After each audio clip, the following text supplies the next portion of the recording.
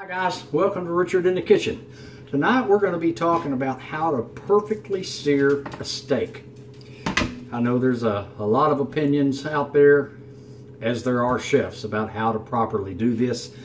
The one thing you want to do is get the moisture out of your steak. That's key. Otherwise, if you've got moisture on your steak, when you put it in a hot skillet, you're going to steam the steak rather than sear it and get that beautiful crusty finish that we just all love, that we tend to see in our steakhouses. Many chefs and many of the great steakhouses are doing it this way. I'm going to show you how to do this. It's real simple to do. It's time consuming, but I think you'll enjoy this if you just give this a try. So let's talk about what we're going to need. Obviously, we're going to need a steak. This particular cut of beef I've got right here is a flat iron steak. That's my favorite. As you can see, there's quite a bit of marbling in there. That's what you want. And this is real simple to do. All we're going to do is we're going to season this steak with salt. As you know, salt draws out moisture. We're going to liberally salt this steak on both sides. I'm going to rub it in the sides there. Tilt it over, get it all in there. Both sides of the steak. I know that looks like a lot of salt, but it's really not.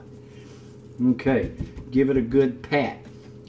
And that's all you need. A lot of people marinate their steaks, but all you're doing when you marinate your steak is you're adding moisture. There are times when you go to the store and you buy a steak, and fresh out of that package, you're in a pinch, you need to cook it. It's got a lot of moisture in it, and you tend to steam your steak rather than sear it.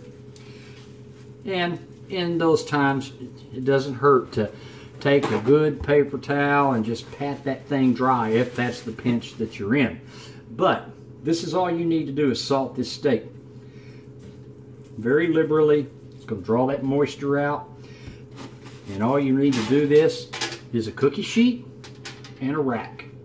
Set that steak on that rack, and then what we're going to do is we're going to put this in the ice box, the refrigerator, uncovered overnight. So we've got our steak in the fridge, and we're going to leave that overnight. Tomorrow, in part 2 of this episode, we will go ahead and properly sear this steak, and I'll show you what it looks like when it comes out. So be sure to tune in to part 2, and I think you'll like doing this. And as always, be nice to everybody.